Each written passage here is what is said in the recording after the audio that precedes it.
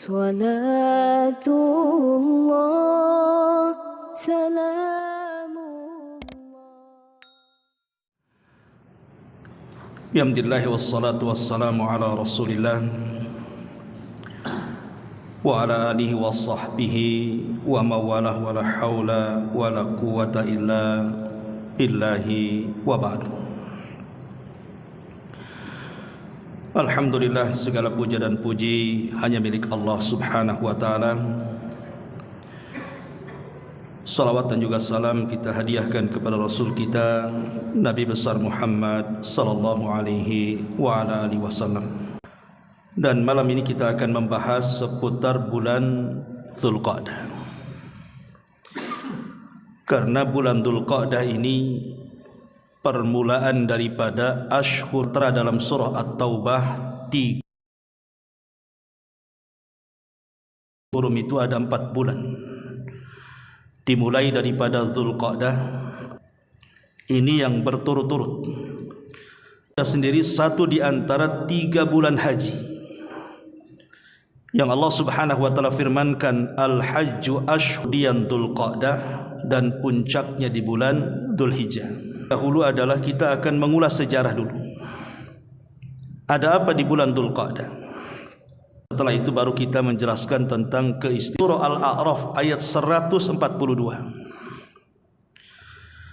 Allah subhanahu wa ta'ala berfirman, wa wa'adna Musa 30 lailatan wa atmamnaha bi ashrin fatamma miqatu rabbih 40 lailatan. Dan telah kami janjikan kepada Musa untuk memberikan Taurat sesudah berlalu waktu 30 malam. Maka sempurnalah waktu yang telah ditentukan Rabb-Nya kepada Musa 40 malam. Ma'asyiral muslimin yang dimuliakan Allah Azza wa Jalla, bertolak dari ayat ini ada satu kisah perjalanan Nabi Musa alaihi salatu wassalam bersama Bani Israel. Jadi ketika Nabi Musa alaihi salatu wassalam berhasil menyeberangkan Bani Israel dari Mesir dan menenggelamkan Fir'aun dan pasukannya di Laut Merah, maka Musa pun kemudian mengarah dengan Bani Israel menuju Palestina. Banyak peristiwa tidak mungkin saya jelaskan karena nanti waktu tak cukup. Intinya bahwa setelah hijrahnya Nabi Musa dari Mesir menuju Palestina, kemudian sampai di Sinai bahasa kitanya. Maka Nabi Musa alaihi salatu wassalam melihat Bani Israel ini perlu diatur. Harus ada undang-undang yang mengatur mereka. Sebab kalau tidak, maka nanti akan centang perenang. Akhirnya kemudian Nabi Musa alaihi salatu wassalam berdoa kepada Allah subhanahu wa ta'ala supaya Allah subhanahu wa ta'ala menurunkan untuk Bani Israel undang-undang yang bisa diamalkan oleh mereka. Maka Allah subhanahu wa ta'ala menjanjikan akan menurunkan yang disebut dengan Taurat. Maka ketika kemudian Musa alaihi salatu wassalam ketika itu ingin berangkat mengambil Taurat itu, tentu Musa harus mewakilkan Bani Israel kepada siapa? Kepada abangnya Harun alaihi salam.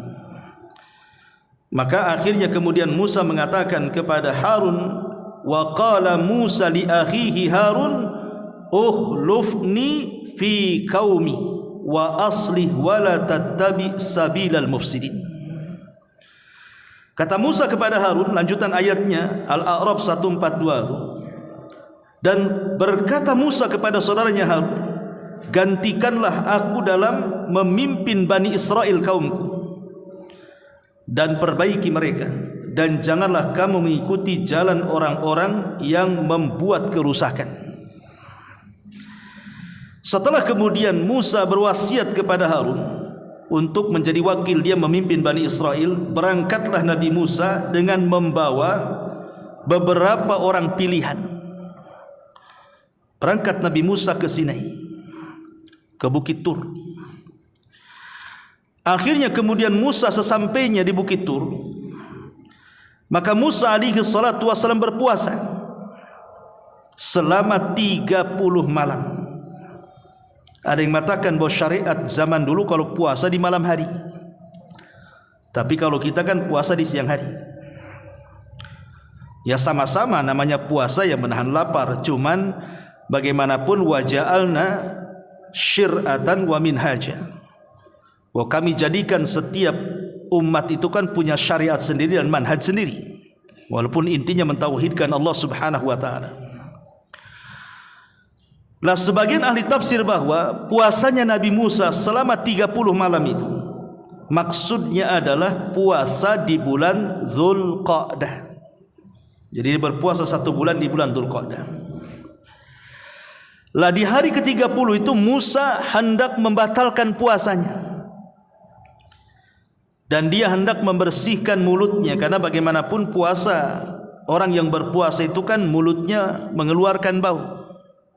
Maka dia hendak membersihkan mulutnya karena akan berdialog dengan Allah Azza wa Jalla. Tiba-tiba kemudian Allah Subhanahu wa taala melarang. Kemudian mengatakan bahwa luhufu fammis shaim atyab indallahi min rihil misk. Bau-bau mulutnya orang yang berpuasa itu lebih harum di sisi Allah dibandingkan minyak kasturi. Akhirnya kemudian Musa pun disuruh oleh Allah menambah 10 hari lagi. Lah 10 hari inilah yang dijadikan sumpah dalam Al-Quran, wal ashri wal fajri walayalin ashri, wal fajri walayalin ashri, demi waktu fajar dan demi malam-malam yang 10, maksudnya 10 awal bulan Zulhijjah. Berarti yang 30 malam itu bulan Dzulqa'dah, kemudian yang 10 hari sebagai penyempurna 40 malam, 10 awal bulan Dzulhijjah. Dan 10 awal bulan Dzulhijjah itu punya keistimewaan yang luar biasa. Bahkan kalau ditinjau dari hari-harinya lebih afdal dibandingkan 10 akhir bulan Ramadan. Dan itu nanti pembahasannya ketika kita membahas bulan Dzulhijjah. Tapi yang jelas bahwa Nabi Musa alaihi salatu wassalam setelah kemudian menyempurnakan puasa 40 malam, maka Musa pun kemudian mendapatkan papan Taurat, satu-satunya kitab langit yang ditulis oleh Allah Subhanahu wa taala. Kalau kitab langit yang lainnya kan yang menulis manusia, walaupun itu firman Allah Azza wa Jalla, seperti Al-Quran dibukukan kan yang menulis manusia, tapi khusus papan Taurat tidak, Allah langsung yang menulisnya. Dan itu keistimewaan Taurat. Tetapi kemudian Nabi Musa alaihi salatu wasallam dikejutkan dengan peristiwa kaumnya. Allah memberitahu agar Musa setelah mendapatkan papan Taurat itu segera pulang, temui Bani Israel. Kenapa? Karena ada peristiwa yang sangat mengecewakan Nabi Musa. Apa itu? Sebagian besar Bani Israel murtad. Kenapa murtad? Karena ada orang munafik di tengah-tengah Bani Israel yang bernama Samiri. Samiri inilah ketika Nabi Musa 40 malam meninggalkan Bani Israel membuat ulah. Bahkan Nabi Allah Harun alaihi salam tidak bisa apa-apa, karena dia pun diancam kalau seandainya dia terus keras terhadap Bani Israel maka dia akan dibunuh. Maka Harun hanya bisa melihat dan tidak bisa apa-apa. Lah akhirnya Samiri ini kemudian membuat patung dari emas. Dari mana emasnya coba? Kok dia dapat emas banyak membuat patung anak sapi? Itu kan butuh emas banyak tuh. Dikisahkan bahwa saat Nabi Musa dan Bani Israel itu menyeberangi Laut Merah yang sudah jadi jalan kering itu, lah Bani Israel ini sebagian mereka meminjam emas-emas kaum Kibti, kaumnya Fir'aun, untuk perbekalan mereka selama safar. Tapi mereka tidak memberitahu bahwa mereka akan safar, akan hijrah. Otomatis kan ini namanya orang pinjam karena harus dikembalikan. Akhirnya kemudian mereka merasa bersalah sudah mengambil emas kaum Kipti, kaumnya Fir'aun itu. Kemudian mereka pun disuruh untuk membuang emas itu di jalan-jalan. Lah ketika emas itu entah gelang, entah kalung, entah apa itu dibuang begitu saja di jalan. Jadi banyak kan jadinya dipungut sama dia tanpa sepengetahuan Bani Israel sampai dapat berkarung-karung gitu ya. Makanya kemudian ketika Samiri ini kemudian melihat Nabi Musa sudah tidak ada di tengah-tengah Bani Israel, mulailah dia mencetak emas itu menjadi patung anak sapi. Kenapa patung anak sapi? Karena di Mesir itu mereka Tuhan mereka itu ya memang patung anak sapi. Jadi setelah jadi patung anak sapi itu, Samir ini kan punya bekas tanah pijakan kudanya Jibril. Dari mana bahwa Samiri tahu itu kudanya Jibril? Ya, dalam kisah Israiliyat bahwa Samiri ini sebenarnya yang merawat Jibril dalam gua ketika masa bayi, ketika pembunuhan di era Fir'aun itu. Jadi kalau Musa dihanyutkan, kalau Samiri dibuang di gua, lah yang merawat Jibril. Konon seperti itu dalam kisah Israiliyat. Tapi kan kisah Israiliyat tidak bisa jadi pegangan. Tapi kita mengacu kepada tafsir daripada para ulama ketika Nabi Musa bertanya kepada Samiri, kenapa dia melakukan seperti itu? Apa perkataan Musa kepada Samiri? Berkata Musa kepada Samiri, apa yang membuat anda melakukan seperti itu wahai Samiri? Maka Samiri mengatakan, karena aku mengetahui yang orang tidak ketahui, katanya. Apa maksudnya kalimat ini? Absortu, kata Samiri, aku mengetahui apa yang orang-orang tidak ketahui. Jadi Nabi Musa itu kan ketika hendak menutup lautan dengan tongkatnya, itu kan di sampingnya ada Jibril yang menunggang kuda berwarna putih menjelma manusia, dan orang tidak tahu kalau itu Jibril. Samiri ini mengetahui bahwa itu Jibril. Tak bagaimana kisahnya, yang jelas Samiri tahu bahwa itu Jibril. Lah Samiri ini melihat ketika Jibril ini melangkahkan dengan kudanya. Jadi setiap tapak kuda itu kalau menginjak tanah itu kemudian padang pasir itu tumbuh hijau. Jadi bekas pijakannya itu. Lah oleh Samiri bekas pijakan kudanya Jibril itu tanahnya dikutip, kumpulkan begitu ya. Lah ketika kemudian dia membuat patung anak sapi, kemudian dikeluarkanlah tanah bekas pijakan kuda Jibril itu, kemudian dimasukkan ke dalam patung anak sapi yang dibuatnya. Tiba-tiba ada keajaiban, patung anak sapi itu bisa hidup, tapi tidak hidup seutuhnya. Al-Quran hanya menjelaskan lahu huwar, tiba-tiba mengeluarkan suara. Kemudian Samiri mengatakan di tengah-tengah Bani Israel, lihat, Musa jauh-jauh ke Bukit Sinai mencari Tuhannya, padahal Tuhannya ada di sini, katanya, sambil menunjuk patung anak sapi itu. Dari situlah kemudian Bani Israel, sebagian mereka menyembah patung anak sapi dan sebagian mereka tawakuf. Lah peristiwa ini dihabarkan oleh Allah Subhanahu wa taala lewat malaikat Jibril kepada Nabi Musa yang ketika itu berada di Bukit Sinai, di Bukit Tur.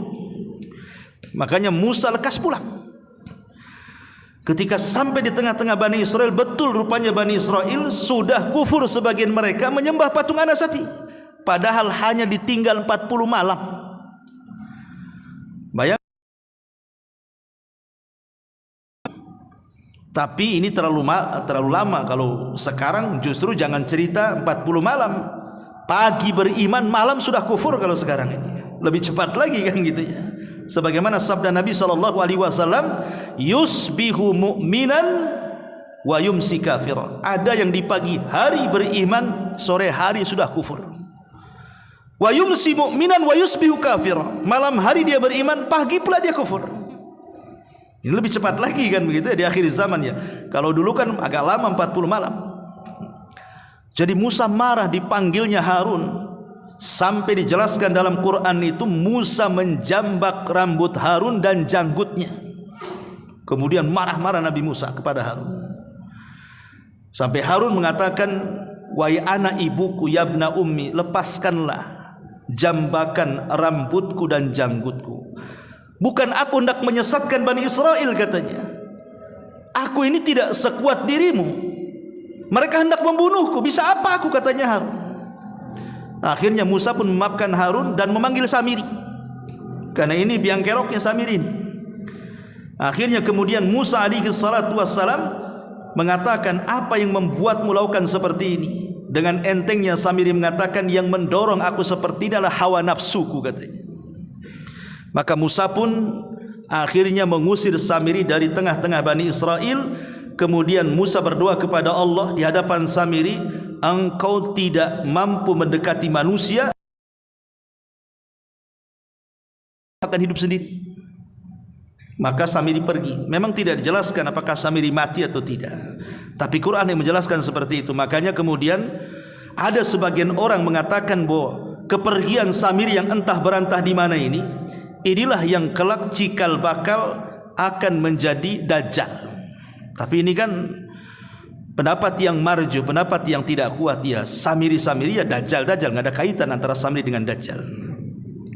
Ma'asyiral muslimin yang dimuliakan Allah Azza wa Jalla, intinya bahwa peristiwa pertama di bulan Dzulqa'dah adalah peristiwa Nabi Musa alaihi salatu wassalam ketika hendak mengambil Taurat. Dia berpuasa 30 malam, kemudian ditambah 10 awal Dzulhijjah menjadi 40 malam. Ini peristiwa tempo dulu ya, sebelum Nabi SAW. Kemudian peristiwa yang kedua, kita akan bicara soal peristiwa Nabi, peristiwa sejarah di zaman Nabi SAW, baik sebelum hijrah ataupun setelah hijrah Nabi SAW yang terjadi di bulan Dzulqa'dah. Adapun sebelum hijrah, di bulan Dzulqa'dah ini terjadi peristiwa di mana Nabi SAW ketika sudah terdesak dakwahnya oleh orang-orang Quraisy, sempit dakwahnya karena ketika itu pamannya meninggal, Abu Talib, ya. Kemudian juga Khadijah juga meninggal. Kemudian Rasul ke Taif berdakwah juga diusir oleh orang-orang Taif. Maka Nabi SAW tidak leluasa dalam berdakwah itu. Maka Nabi hanya bisa berdakwah itu menunggu musim haji. Menunggu musim haji. Menawarkan kepada orang-orang yang haji yang datang dari mana-mana, dari kota Madinah dan kabilah-kabilah sekitarnya yang haji ke Mekah, ditawarkan Islam kepada mereka. Lah Allah takdirkan tepat di tahun 11 sebelum hijrah Nabi, artinya setelah diangkatnya menjadi Nabi, maka orang-orang dari Madinah, khususnya orang-orang suku Khazraj yang kelak akan menjadi cikal bakal orang-orang Ansor, sekitar 12 orang itu ketika mereka haji berjumpa dengan Nabi. Maka Nabi SAW menawarkan Islam kepada mereka. Lah, kita tahu bahwa orang-orang Khazraj dan Aus ini, dua kabilah musyrik yang ada di kota Madinah ini, mereka sudah tahu informasi tentang adanya kenabian. Dari mana? Padahal mereka tidak ada kitab langit. Orang-orang musyrik kan tidak punya kitab.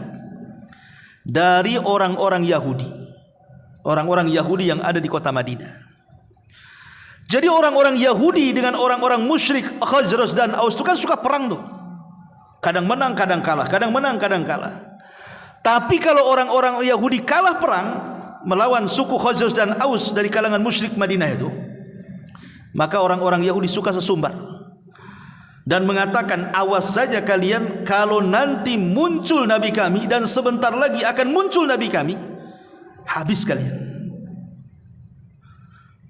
Lah informasi kenabian ini diserap oleh orang-orang musyrik Khazraj dan Aus, informasinya dari orang-orang Yahudi.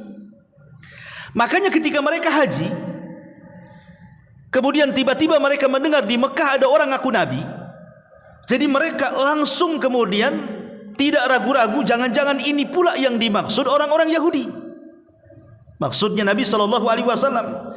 Maka mereka mengatakan, kalau begitu kita dahului mereka beriman sebelum orang-orang Yahudi tahu bahwa nabi mereka itu ada di sini. Maka inilah cikal bakal berdirinya orang-orang Ansar yang 12 orang ini. Ya. Mereka beriman kepada Nabi SAW sehingga akhirnya mereka ingin melakukan baiat kepada Rasul yang disebut dengan Baiatul Aqabatil Ula namanya. Baiat Aqabah. Aqabah itu satu tempat dekat dengan haram. Itulah terjadi pembaiatan Aqabah yang pertama itu terjadi di bulan Dzulqa'dah. Disinilah sejarah cikal bakal berdirinya orang-orang Ansar. Kan aneh ya, orang Yahudi yang dapat informasi dari kitab-kitab mereka justru tidak beriman kepada Nabi. Ketika Nabi SAW hijrah dari Mekah ke Madinah, orang-orang Yahudi yang ratusan tahun mereka menunggu adanya Nabi, sudah muncul Nabinya, tak mau beriman pula. Kenapa alasannya? Karena mereka pikir bahwa yang ditulis dalam kitab-kitab mereka itu maksudnya kemunculan Nabi, Nabi dari Bani Israel. Yang mereka tunggu itu Nabi dari kabilah mereka sendiri Bani Israel. Rupanya tidak muncul dari Bani Israel, muncul pula dari Bani Ismail, orang Arab yang dari situlah orang-orang Yahudi hasad. Sehingga ketika Nabi sampai di Madinah pun, sampai wafatnya Rasul, tidak ada orang Yahudi yang beriman kepada Rasul kecuali hanya beberapa orang yang bisa dihitung dengan jari. Salah satunya Abdullah ibn Salam, ulama mereka masuk Islam. Tapi kan tidak sampai 10 orang sampai wafatnya Nabi itu. Lihat degilnya orang-orang Yahudi kepada Nabi SAW. Padahal mereka menanti-nanti itu beratus-ratus tahun sudah muncul nabinya, maka mereka tidak beriman, justru mereka malah hasad pula kepada Nabi. Ma'asyiral muslimin yang dimuliakan Allah Azza wa Jalla, pembaiatan Aqabatul Ula ini terjadi di bulan Dzulqa'dah. Ma'asyiral muslimin yang dimuliakan Allah Subhanahu wa taala, ini peristiwa sebelum hijrah, masuk pada peristiwa setelah hijrah. Ma'asyiral muslimin yang dimuliakan Allah Subhanahu wa taala, ketika Nabi SAW sudah sampai di kota Madinah, di awal-awal hijrah ada 2 peristiwa besar yang terjadi di bulan Dzulqa'dah. Pertama, Nabi SAW mempersaudarakan orang-orang Muhajirin dan Ansar. Itu terjadi di bulan Dzulqa'dah. Jadi Nabi SAW berusaha untuk mempersaudarakan orang-orang Muhajirin dan Ansar. Ketika itu jumlahnya 90 di rumah Anas ibn Malik radhiyallahu anhu. 45 dari Muhajirin dan 45 dari Ansar. Dipersaudarakan agar mereka saling membantu, bahkan sampai mewarisi. Itu di permulaannya. Tapi setelah perang Badar, yang saling mewarisi dihapus. Kemudian diganti bahwa orang yang saling mewarisi harus ahli warisnya, keluarganya, bukan orang lain. Tetapi untuk saling tolong menolong dan bantu membantu masih berlaku. Maka dikenallah bagaimana Nabi SAW mempersaudarakan Abdurrahman bin Auf dengan Sa'ad ibn Rabi, kemudian Salman Al-Farisi dengan Abi Darda. Ya, sampai dikenal ketika Abdurrahman ibn Auf dipersaudarakan dengan saudaranya yang dari Ansar itu, Sa'ad ibn Rabi itu. Apa kata Sa'ad bin Rabi? Wahai Abdurrahman, aku memiliki 2 kebun. Tinggal kau pilih mana yang kau sukai dari kebun itu. Lihat bahasanya. Bukan dia mengatakan aku 2 kebun, ambil yang sana, jangan yang sini. Bukan begitu bahasanya. Tapi disuruh milih. Mana yang lebih banyak kurmanya, mana yang lebih banyak hasilnya, mana yang lebih lebar tanahnya, ambil. Luar biasa. Dan aku memiliki 2 rumah. Ambillah salah satunya. Yang lebih hebat lagi, aku memiliki 3 istri. Kau pandanglah 3 istriku itu. Dan ketika itu belum ada ayat hijab, jadi masih nampak wajahnya. Maka kau pilihlah mana yang sekiranya kau anggap cocok untukmu, ku ceraikan dia setelah masa idahnya, nikah kau dengan dia, katanya. Kan luar biasa. Kalau sekarang mana ada istri dikasihkan orang, yang ada nambah, ya, kuotanya kurang 1, 4 kan. Tapi begitulah para sahabat Rasul, mereka berkorban untuk saudaranya. Ma'asyiral muslimin yang dimuliakan Allah Azza wa Jalla, tentu banyak faedahnya. Ketika Nabi SAW mempersaudarakan orang-orang Muhajirin dan Ansar, itu kan ada tujuannya. Di antaranya adalah Nabi SAW hendak mentaksis akidah dengan mempersaudarakan mereka, karena Allah mengatakan innamal mu'minuna ikhwatun. Orang-orang yang beriman itu harus bersaudara. Maka dipersaudarakan oleh Nabi SAW dalam satu akidah. Kemudian ditanamkan tentang bahwa persaudaraan mereka itu harus karena Allah. Harus karena Allah Subhanahu wa taala. Kemudian juga dalam persaudaraan ini harus ada saling nasihat sesama mereka. Bahkan yang lebih hebat lagi dalam persaudaraan ini untuk menghapus tradisi jahiliyah, di mana orang-orang jahiliyah itu mereka mengutamakan orang-orang kaya dan menindas orang miskin. Dengan persaudaraan ini dibuatlah kesetaraan, bahwa tidak ada orang miskin, tidak ada orang kaya, tidak pejabat, tidak rakyat, sama saja dalam Islam. Yang membedakan mereka hanyalah ketakwaan kepada Allah Subhanahu wa taala. Dan tidak ada lagi kebanggaan dengan nasab. Tidak ada lagi kebanggaan dengan nasab di sini. Mereka dipersaudarakan di atas akidah dan ilmu. Tidak ada lagi berbangga dengan nasab. Sebagaimana sekarang lagi tren gitu kan, ada orang berbangga dengan nasab karena keturunan Nabi umpamanya kan. Islam itu tidak membanggakan nasab, karena bagaimanapun Rasul mengatakan man batta'a bihi amaluhu lam yusri' bihi nasabuhu. Kalau lambat amalnya, tidak mungkin dikejar nasabnya.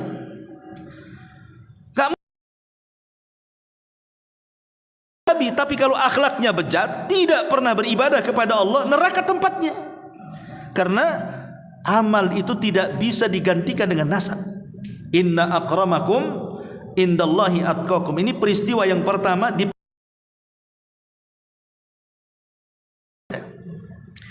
Peristiwa yang kedua adalah peristiwa pengutusan Nabi SAW Sariyah. Sariyah itu satu pasukan khusus. Jadi terkadang Nabi SAW kalau perang itu dipimpin sendiri, terkadang mengutus sahabat-sahabat pilihan untuk menyerang, yang disebut dengan Sariyah. Jadi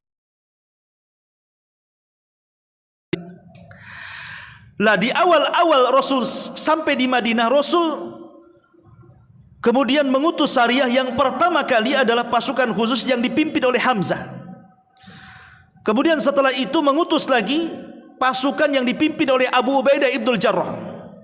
Lah yang ketiga inilah Nabi SAW kemudian meminta kepada Sa'ad ibn Abi Waqqas ketika itu untuk memimpin Sariyah pasukan khusus, karena ada berita bahwa Abi Sufyan baru saja datang dari Syam membawa dagangan orang-orang Quraisy, kemudian hendak pulang ke Mekah.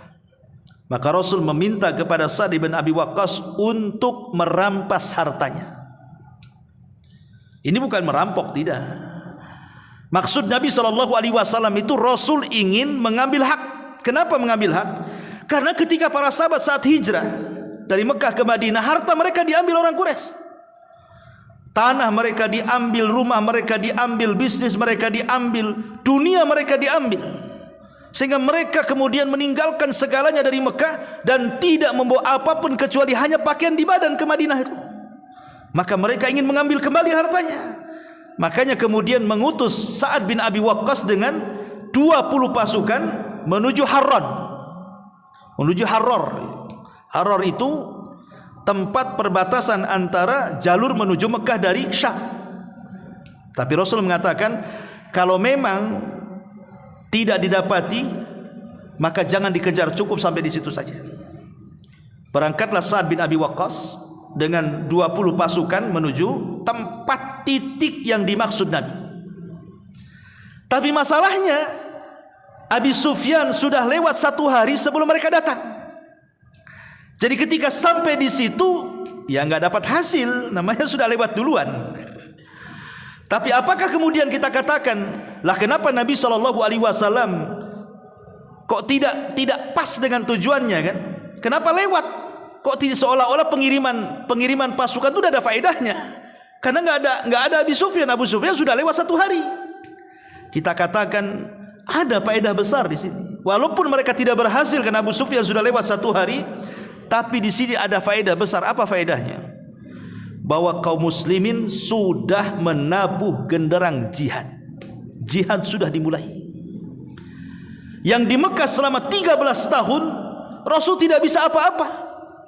Bagaimana Bilal disiksa, bagaimana Khabbab bin Arat disiksa, bagaimana Sumayyah dibantai, dibunuh oleh Abu Jahal.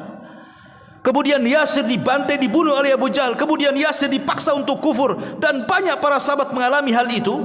Rasul hanya bisa diam, hanya bisa memandang, dan hanya mengatakan kepada keluarga Ammar, ya Ammar, isbiru ya ala Yasir, fa inna mau'idakumul jannah. Sabarlah wahai keluarga Yasir. Kepada Ammar Rasul mengatakan seperti itu, karena tempat janji Allah kepada kalian adalah surga. Tapi setelah hijrah ke Madinah tidak bisa Rasul diam. Mulailah ada syariat jihad, ingin menampakkan idharul quwah, kekuatan, bahwa kaum muslimin sudah kuat sekarang. Dengan mengutusnya Sariyah itu akhirnya akan berjumpa dengan kabilah-kabilah, dan ini bisa dijadikan message ataupun pesan kepada orang-orang Quraisy yang ada di Mekah itu, bahwa kaum muslimin sudah siap tempur. Jangan macam-macam, karena mereka masih mengganggu masalahnya. Jadi walaupun tidak berhasil menangkap Abi Sufyan dan merampas hartanya, tapi ada faedah besar bahwa Rasul ingin menyampaikan tentang syariat jihad. Kaum muslimin sudah kuat. Lah pengutusan Sariyah Sa'ad bin Abi Waqqas sampai ke Harar itu tepat di bulan Dzulqa'dah. Ma'asyiral muslimin yang dimuliakan Allah Azza wa Jalla, ini permulaan perang Badar namanya. Ini disebut perang Badar Sughra. Nanti ada perang Badar Kubra, tapi inilah permulaannya di sini. Baik, ma'asyiral muslimin yang dimuliakan Allah Subhanahu wa taala. Kemudian peristiwa berikutnya, perang Bani Quraidah. Perang Bani Quraidah ini tepat pada 5 Hijriah. Terjadi setelah perang Ahzab. Kita tahu bahwa dalam Al-Quran itu ada namanya Suratul Ahzab. Surah Al-Ahzab menjelaskan tentang kengerian perang Ahzab. Bagaimana tidak mengerikan, kaum muslimin di Madinah dikepung ya, oleh kelompok-kelompok, maka disebut Ahzab. Ahzab itu kelompok-kelompok yang menyerbu Nabi dan para sahabat di tengah-tengah kota Madinah, di mana orang-orang musyrik Quraisy bergabung dengan Hawazin, dengan suku-suku yang lainnya, kemudian bergabung dengan orang-orang Yahudi, belum lagi pengkhianatan orang-orang munafik. Luar biasa dalam perang Ahzab ini, sampai-sampai ketakutan luar biasa para sahabat Nabi digambarkan dalam Al-Quran itu, ketakutan mereka. Tapi dengan izin Allah Subhanahu wa taala, Allah menangkan peperangan ini karena Allah mengirim para malaikat untuk menghancurkan musuh-musuhnya. Lah Nabi SAW tepat di bulan Dzulqa'dah, setelah terjadi perang Ahzab, dan itu baru selesai perang tuh, di mana para sahabat belum istirahat, luka-luka mereka masih menganga, pakaian-pakaian baju perang belum pun mereka ganti. Jadi baru selesai perang dan Allah menangkan. Dan Nabi SAW pun baru saja pulang ke rumahnya, kemudian mandi, mau mengganti, dan dia pun sudah menaruh baju besinya dan pedangnya. Tiba-tiba ketika Rasul mandi, ada pula kemudian yang memanggil dia untuk keluar. Ya Muhammad, ya Muhammad, ukhruj, keluar. Rupanya di luar ada seorang laki-laki mirip seorang sahabat namanya Dihyatul Kalbi. Dan sahabat Dihya ini sahabat yang paling ganteng dari sahabat-sahabat Muhajirin. Jadi kalau dia dagang ke Syam itu, semua wanita Syam itu melongok melihat kegantengannya Dihya Al-Kalbi. Lah ada orang mirip Dihya, rupanya malaikat Jibril. Dia menjelma Dihyatul Kalbi sedang menunggang kuda putih. Maka Nabi SAW keluar. Kemudian Jibril mengatakan kepada Nabi SAW, aku saja belum meletakkan pedang dan baju besi, wahai Muhammad. Kenapa kau sudah lepas baju besi? Pakai lagi, katanya. Serbu Bani Quraidah. Akhirnya Nabi SAW langsung keluar, memakai lagi baju besinya, mengambil lagi pedangnya, dikumpulkan lagi para sahabat. Baru selesai perang, belum beristirahat, luka mereka masih menganga juga. Akhirnya kemudian Nabi SAW mengatakan kepada para sahabat, idhabu ila Bani Quraidah fala tusalliyanna ahadakumul asra illa fi Bani Quraidah. Hei sahabat-sahabatku, serbu Bani Quraidah, cepat kalian berangkat kepada Bani Quraidah. Jangan ada yang sholat asar di jalan kecuali sampai di Bani Quraidah. Walaupun kalimat ini dipahami oleh para sahabat, ada yang sholat di jalan, ada pula yang sholat di Bani Quraidah, tapi Rasul tidak mengingkari keduanya, baik yang sholat di jalan ataupun yang sholat asar ketika sampai di Bani Quraidah. Karena maksudnya Nabi SAW itu maksudnya biar cepat sampai begitu. Pertanyaan pun muncul, peperangan Bani Quraidah itu kan terjadi di bulan Dzulqa'dah, dan ingat bulan Dzulqa'dah itu Asyhurul Hurum, satu di antara 4 bulan hurum. Sementara bulan itu disebut bulan hurum karena ada larangan tidak boleh perang. Sampai pun di zaman jahiliyah, kalau ada orang yang membunuh bapaknya, dan itu terjadi di Asyhurul Hurum, di bulan-bulan hurum, maka anaknya tidak boleh balas dendam kepada yang membunuhnya. Nunggu lewat dulu Asyhurul Hurum itu demi menjaga bulan. Itu di zaman jahiliyah. Lah kenapa Nabi SAW melanggar Asyhurul Hurum, menyerbu Bani Quraidah di bulan Dzulqa'dah yang merupakan Asyhurul Hurum itu? Maka dijawab oleh para ulama, Nabi tidak menyerang Bani Quraidah, tapi Nabi hendak mempertahankan karena mereka menyerang dulu, maka Rasul menyerang balik. Jadi yang dilarang itu adalah memulai berperang. Tapi kalau mereka diserang, maka kita boleh membalas menyerang. Makanya Nabi SAW hanya membalas saja karena Bani Quraidah berkhianat. Yahudi Bani Quraidah itu berkhianat. Harusnya mereka berpegang kepada piagam Madinah. Ketika Madinah diserang, harusnya mereka membela Nabi. Bukankah dalam piagam Madinah itu untuk saling membela, saling melindungi? Tapi mereka malah membelot dan akhirnya bersekutu dengan kafir Quraisy, malah ikut-ikut nyerang Madinah. Makanya Rasul marah. Akhirnya kemudian Nabi SAW menyerbu Bani Quraidah, dan itu terjadi di bulan Dzulqa'dah. Ini peristiwa 5 Hijriah. Kemudian juga di antara peristiwa besar di bulan Dzulqa'dah adalah umrohnya Nabi. Jadi 4 kali umroh Rasul itu semua di bulan Dzulqa'dah. Ada yang mengatakan 3 kali umroh di bulan Dzulqa'dah, ada yang mengatakan yang 1 di bulan Dzulhijjah. Tapi ada yang berpendapat semua umroh Rasul terjadi di bulan Dzulqa'dah. Ingat Rasul itu umroh berapa kali? 4 kali. Kalau haji 1 kali. Jadi umrohnya Rasul 4 kali dan haji 1 kali. Adapun umroh yang pertama disebut dengan umroh Hudaybiyah namanya. Itu terjadi pada tahun 6 Hijriah. Jadi Nabi SAW membawa pasukan untuk umroh, tapi bukan perang ya. Namanya orang tidak perang yang tidak bawa senjata banyak kan gitu. Ya bawa senjata itu hanya untuk perlindungan saja. Tapi oleh orang musyrik ketahuan bahwa Nabi SAW akan masuk Mekah dan dikiranya akan menyerang. Akhirnya kemudian orang-orang musyrik Mekah pun melarang, tidak boleh Nabi dan para sahabatnya melewati tanah haram. Kalau sampai melewati tanah haram, maka mereka akan diserang. Akhirnya kemudian Rasul pun karena sudah mengambil mikot kan di perbatasan haram. Ya kalau dari Madinah ada namanya Dzulhulaifah, Bir Ali. Kalau dari Yaman kan ada namanya Yalamlam. Kalau dari Irak ada namanya Juhfah, macam-macam mikot itu. Ya. Jadi Nabi SAW ketika itu berusaha mengirim delegasi bahwa tujuan mereka bukan menyerang, tujuan mereka umroh, nggak ada kaitan dengan perang. Tapi orang-orang kafir Quraisy tetap saja ngeyel, tidak bisa. Sampai Rasul mengutus Utsman ibn Affan untuk memastikan bahwa mereka tujuannya umroh, tidak lebih dan kurang. Tapi akhirnya Utsman pun ditahan. Kemudian diisukan Utsman dibunuh. Akhirnya Nabi SAW marah ketika itu. Sebenarnya Rasul tahu Utsman itu tidak dibunuh, itu hanya isu saja. Tapi Rasul ingin juga menjadikan momen ini melakukan ujian di tengah-tengah para sahabatnya, kesetiaan mereka diuji oleh Nabi SAW, bahwa mereka diajak untuk membalas darah Utsman. Siapa yang siap membalas darah Utsman?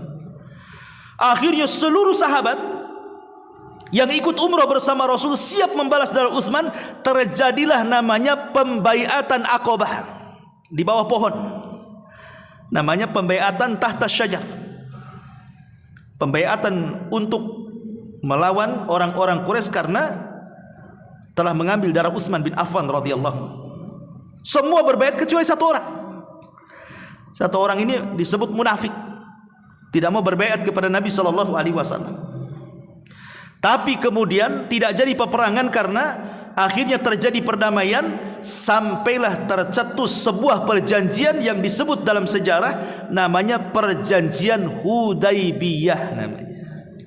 Walaupun 100% perjanjian itu merugikan kaum muslimin, tapi Nabi SAW tidak kecewa karena Rasul memandang jauh ke depan. Mudah-mudahan walaupun secara perjanjian merugikan kaum muslimin, tetapi mudah-mudahan dengan inilah dakwah Islam semakin berkembang. Karena salah satu isi perjanjiannya untuk tidak saling menyerang selama 10 tahun. Sehingga dalam 10 tahun itulah Rasul akhirnya mendakwahi kabilah-kabilah sampai menyurati raja-raja, raja Persia, raja Romawi, raja Mesir, raja Ethiopia dan macam-macamnya disurati Nabi itu selama perjanjian itu. Lah yang ingin saya katakan bahwa umrah Hudaybiyah itu terjadi di bulan Dzulqa'dah. Walaupun Nabi SAW tidak jadi umrah, tapi sudah dianggap umrah. Kenapa? Karena innamal a'malu binniyat. Amal itu ditentukan oleh niatnya. Walaupun tidak jadi umrah tapi niatnya sudah ada, bahkan sudah berangkat, maka sudah dianggap umrah. Tapi dalam perjanjian Hudaybiyah mereka dibolehkan datang kembali umrah tahun depannya. Maka tepat di tahun 7 Hijriah Rasul sallallahu alaihi wasallam pun kemudian umrah. Tepat di bulan Dzulqa'dah dia umrah yang disebut dengan umrah qadha namanya. Karena kan tahun kemarin tidak jadi, di qadha tahun ke-7 Hijriahnya tuh. Tepat di bulan Dzulqa'dah, bulan yang sama. Sampai-sampai ketika melakukan tawaf di umrah qadha itu, Nabi sallallahu alaihi wasallam sampai lari-lari yang disebut dengan ramal. Kemudian memperlihatkan bahu-bahunya. Jadi makanya kemudian jadi syariat umrah kan. Kalau umrah itu kan diselendangkan tuh. Kemudian sebelah kanan ditampakkan, sebelah kiri ditutup, dan Ka'bah sebelah kiri kita. Kemudian di putaran yang pertama, kedua, dan yang ketiga itu sampai lari-lari itu. Apa tujuannya coba? Tujuannya Rasul ingin memperlihatkan kekuatan. Lihat otot-otot para sahabat itu kuat-kuat. Gitulah maksudnya. Lihat tentara itu kan kalau memperlihatkan kekuatan berbaris itu kan sambil lari-lari kan itu ya, memperlihatkan kekuatan. Lah Rasul ingin seperti itu tuh maksudnya. Karena ada isu dari orang-orang Quraisy itu, kita tahu bahwa Madinah sebelum hijrah Rasul itu kan tempatnya wabah. Madinah itu kan tempatnya wabah, tempat penyakit. Makanya ayahanda Rasul Abdullah sendiri meninggal karena wabah Madinah. Jadi mereka menyangka para sahabat yang hijrah itu lemas-lemas, kurus-kurus, gak ada otot gitu maksudnya ya. Mereka ingin menampakkan kekuatan. Saat tawaf itu ditampakkan tuh tenaganya tuh. Makanya menjadi sunnah putaran pertama, kedua, dan ketiga itu selendangnya ditampakkan ototnya. Kemudian lari-lari kecil. Baru setelah itu boleh diselendangkan kembali atau juga enggak masalah. Yang jelas bahwa menjadi keempat, kelima, keenam, ketujuh ya biasa saja jalan. Lah umroh qadha itu terjadi di bulan Dzulqa'dah. Ini yang kedua. Kemudian yang ketiga,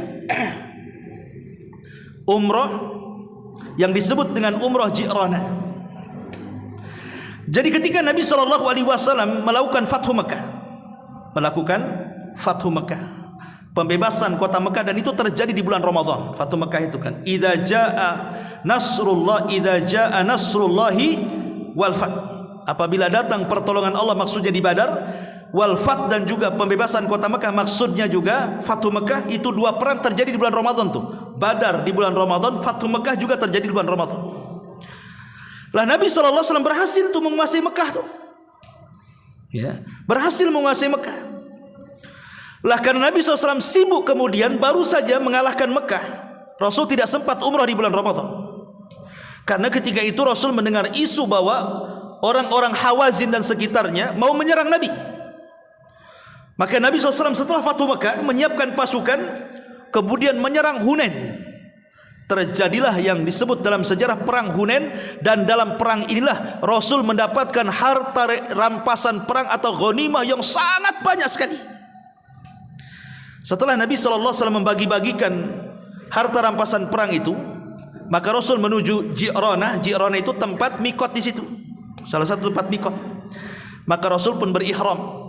Tepat setelah membagikan ghanimah perang Hunain, Rasul kemudian berihram di Ji'ranah. Kemudian Nabi SAW melaksanakan umrah tepat di bulan Dzulqa'dah. Ini umrah yang ketiga. Adapun umrah yang keempat, ada yang mengatakan adalah umrah yang disertakan dengan hajjatul wada, haji perpisahan Nabi. Tapi Nabi SAW tidak mengambil haji tamattu. Rasul itu mengambil haji qirah. Jadi Nabi SAW umrah dulu. Ada yang mengatakan di ujung bulan Dzulqa'dah, di sisa-sisa akhir bulan Dzulqa'dah, sekitar 6 atau 7 hari sebelum lewat bulan Dzulqa'dah dan masuk bulan Dzulhijjah, Rasul umrah. Tapi ada juga yang mengatakan bahwa umrahnya Rasul itu di bulan Dzulhijjah, ya, tapi ada yang mengatakan di bulan Dzulqa'dah, di akhir-akhir. Sehingga dari sini terjadi perselisihan. Tapi yang jelas bahwa kebanyakan umrah Nabi itu di bulan Dzulqa'dah. Ini juga di antara peristiwa besar yang terjadi di bulan Dzulqa'dah. Ma'asyiral muslimin yang dimuliakan Allah Azza wa Jalla, termasuk juga pernikahan Nabi SAW dengan Ummul Mukminin Zainab bintu Jahsin. Ingat kisah Zainab bintu Jahsin? Zainab bintu Jahsin ini kan wanita termasuk anak daripada pembesar-pembesar kabilah. Artinya bukan orang biasa. Zainab bintu Jahsin ini berdarah biru lah bahasa kitanya. Lah di sisi lain Nabi SAW itu punya anak angkat namanya Zaid ibnul Harith. Dulu ketika keluarganya hendak meminta Zaid menolak, padahal ketika itu usianya 10 tahun. Keluarganya datang, karena kan ketika itu Zaid ini adalah salah satu anak yang diculik. Jadi kabilahnya diserang. Kemudian diculik nih, menang kabilahnya kalah, akhirnya diculik. Salah satu yang diculik adalah Zaid. Kemudian dijual ke pasar Mekah, di pasar Uqad. Lah yang membeli Khadijah, istri Nabi SAW, dibeli sama Khadijah, Zaid ini, ya. Ketika Nabi SAW kemudian sedih karena meninggal putra beliau Qasim dan juga Abdullah. Bagaimanapun sedih Rasul, bagaimanapun di zaman jahiliyah itu anak laki-laki itu kan emas gitu ya. Anak perempuan itu justru direndahkan, bahkan dikubur hidup-hidup lagi orang-orang jahiliyah. Jadi kalau punya anak laki-laki itu kebanggaan, kalau meninggal itu sedih kali gitu ya. Lah karena Rasul sedih anaknya Qasim meninggal, habis itu punya anak lagi Abdullah meninggal kan begitu. Maka Khadijah ingin menenangkan hati Nabi dengan menghadiahkan anak angkatnya namanya Zaid ibn Harithah. Setelah Zaid ini besar, sudah besar ya, sudah ya, walaupun belum balik, tetapi kan sudah mumayyiz. Ya, sudah 10 tahun umurnya kan, sudah bisa membedakan. Lah keluarganya tahu ada informasi anaknya itu ada di Mekah dari para pedagang. Sehingga kemudian keluarganya mempersiapkan uang untuk menebus. Siapa itu yang punya Zaid ini? Diambil siapa? Datang keluarganya ke Mekah, rupanya yang punya adalah Nabi SAW, dan diangkat jadi anak angkatnya kan itu.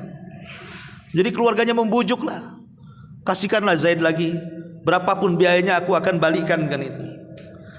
Tapi yang namanya Nabi sudah sayang, kadang kita punya anak angkat kalau dirawat dari bayi itu kan lama-lama sayang juga, kadang-kadang melebihi anak kandung pula sayangnya orang tua kepada anak angkat itu. Nabi SAW tidak langsung memberikan Zaid kan. Jadi Nabi SAW memberikan pilihan lah sama keluarganya. Saya tidak bisa memberikan pilihan, kalian tanya saja sama anaknya. Rupanya tanpa di luar kesadaran Rasul, Zaid justru memilih tinggal bersama dia dan tidak mau ikut keluarganya. Saking senangnya diangkat Zaid. Kemudian Rasul berteriak, sekarang Zaid bukan putra Harithah, tapi Zaid putra Muhammad. Sejak itulah Zaid binnya diganti dari Harithah menjadi bin Muhammad, Zaid ibnu Muhammad.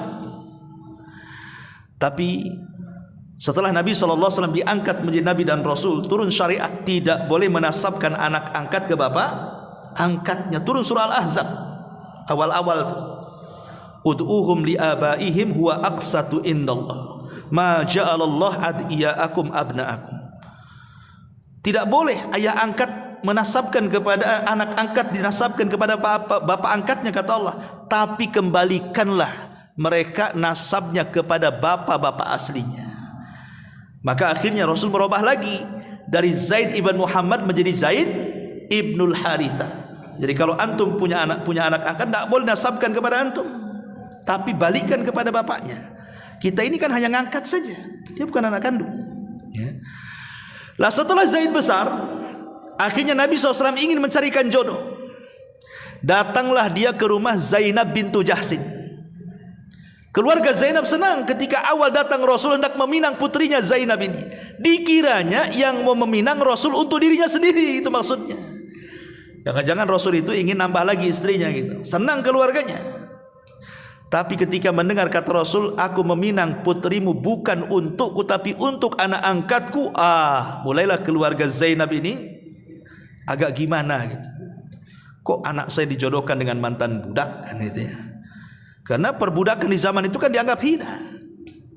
Akhirnya kemudian turun surah yang menegur keluarga Zainab. Maka li mu'minin wala mu'minatin idza qadallahu wa rasuluhu amran an yakuna lahumul khiyaratu min amri wa man ya'sillahu wa rasulahu faqad dhalla dhalalan mubina. Tidak layak bagi seorang mukmin laki-laki dan perempuan kalau datang perintah Allah dan Rasulnya tiba-tiba ada kebimbangan dan kebingungan, maka barang siapa yang bermaksiat kepada Allah dan Rasulnya, maka dia telah tersesat dengan kesesatan yang nyata. Ketika turun ayat ini, maka Zainab dan keluarganya mengatakan sami'na wa ata'na. Ya sudah, kalau sudah perintah Allah dan Rasul, apa lagi? Nikahlah Zainab dengan Zaid. Dari awal sudah tidak ada kecocokan. Makanya kata Syekh bin Baz rahimahullahu ta'ala ketika ditanya soal pernikahan sekufu, maka Syekh bin Baz mengatakan sebaiknya orang itu kalau cari jodoh cari yang sekufu. Apa arti sekufu itu? Maksudnya setara. Anda lulusan SD jangan pula cari jodoh S1, nanti dikibuli, istrinya lebih cerdas kan. Anda orang miskin cari istri pula yang kaya raya, Anda dihinakan di situ nanti. Jadi cari yang setara, baik dari pendidikan, baik harta, baik derajat, supaya kalau seimbang itu nanti sakinah mawaddah warahmah. Tapi kalau sudah jomplang, itu biasanya banyak cekcok tuh. Lah itu yang terjadi dengan Zaid ketika menikah dengan Zainab, asik cekcok saja rumah tangganya.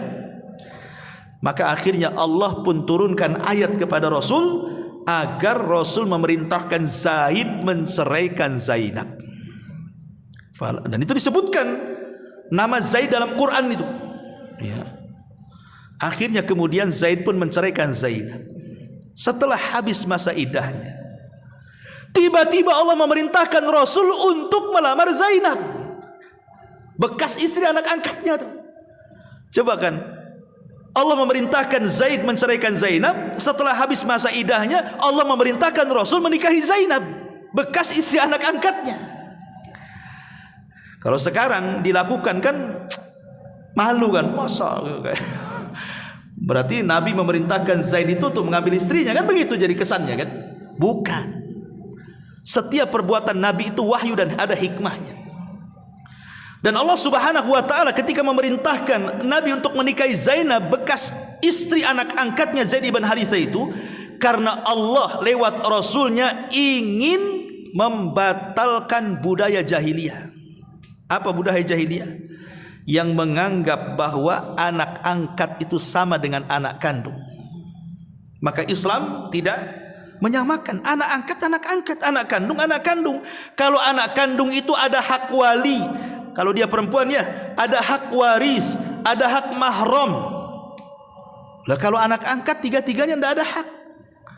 Anak angkat itu tidak bisa dijadikan mahram, tidak dapat warisan, ya, dan tidak bisa jadi wali orang tua angkatnya. Jadi beda kan itu. Makanya kalau kita punya anak kandung kemudian punya istri kemudian diceraikan, kita sebagai ayahnya tidak bisa menikahi bekas istri anak kandung. Kenapa? Karena bekas istri anak kandung disebut mahram mu'abbad namanya. Tetap mahram walaupun sudah diceraikan. karena sudah digauli masalahnya. Tapi kalau bekas istri anak angkat bukan mahram, bisa kita nikahi. Nah, itulah makanya dibatalkan lah pernikahan Nabi SAW dengan Zainab bintu Jahsin ini terjadi di bulan Dzulqa'dah, dan Zainab sangat berbangga dengan pernikahan ini di antara istri-istri Rasul yang lainnya, dan mengatakan, kalian dinikahkan wali-wali kalian, tapi aku dinikahkan oleh Rabb dari 7 atas langit sana, katanya. Karena Allah yang merintahkan Rasul menikahi Zainab, kan gitu. Nah, ini peristiwa pernikahan Rasul dengan Zainab bintu Jahsin terjadi di bulan Dzulqa'dah. Ma'asyiral muslimin yang muliakan, termasuk juga pengutusan Abu Musa dan Mu'ad bin Jabal ke Yaman. Rasul pernah memanggil Mu'ad dan juga Abi Musa dan mengatakan, berangkatlah kalian berdua ke Yaman. Tapi ingat, Mu'ad, di Yaman itu kebanyakan ahli kitab. Kebanyakan ahli kitab. Maka kalau kau datang kepada mereka, ajak mereka untuk mentauhidkan Allah. Kalau mereka menerima, ajak mereka sholat. Kalau mereka menerima, ajak mereka untuk bayar zakat. Dan hati-hati ketika mengambil zakat-zakat mereka, wahai Mu'ad, jangan mengambil harta yang paling istimewa, karena itu sama dengan kezaliman. Maka Rasul mengatakan,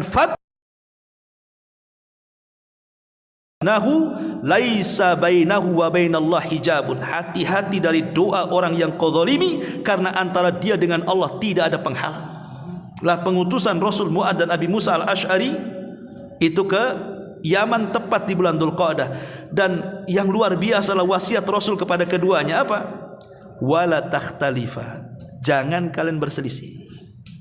Coba bayangkan, pada cuma 2 orang dan dua-duanya sahabat Nabi, tapi Rasul mengatakan jangan berselisih kalian berdua. Kemudian ditemani 2 orang, yang namanya otak 2 orang itu pasti akan berbeda, pasti ada perselisihan. Apalagi 3 orang, apalagi 4 orang, apalagi satu yayasan, apalagi satu organisasi, apalagi satu partai, gitu bahasa kita, pasti banyak berselisih. Yang 2 orang saja kata Rasul, jangan berselisih kalian. Itu 2 orang tuh. Ya. Masyarul muslimin yang dimuliakan Allah Azza wa Jalla, ini nasihat luar biasa ya dari Nabi SAW kepada Mu'ad dan Abi Musa al-Ash'ari, dan itu terjadi di bulan Dzulqa'dah. Masyarul muslimin yang dimuliakan Allah, dan termasuk juga keluarnya Nabi SAW ketika melaksanakan Hajjatil Wada. Itu keluar dari Madinah itu di bulan Dzulqa'dah, itu sudah mulai keluar haji perpisahan Nabi sallallahu alaihi wa ala alihi wasallam. Wallahu alam. Ini udah jam 9 juga. Insyaallah mungkin lanjutan tentang keistimewaan dan keutamaan bulan Dzulqa'dah dan amalan-amalannya kita lanjutkan minggu depan. Wallahu alam, mudah-mudahan ada manfaatnya. Kita tutup dengan doa kafaratul majlis. Subhanaka bihamdika asyhadu an la ilaha illa anta astaghfiruka wa atubu ilaik. Wallahu ta'ala alam. Assalamualaikum warahmatullahi wabarakatuh.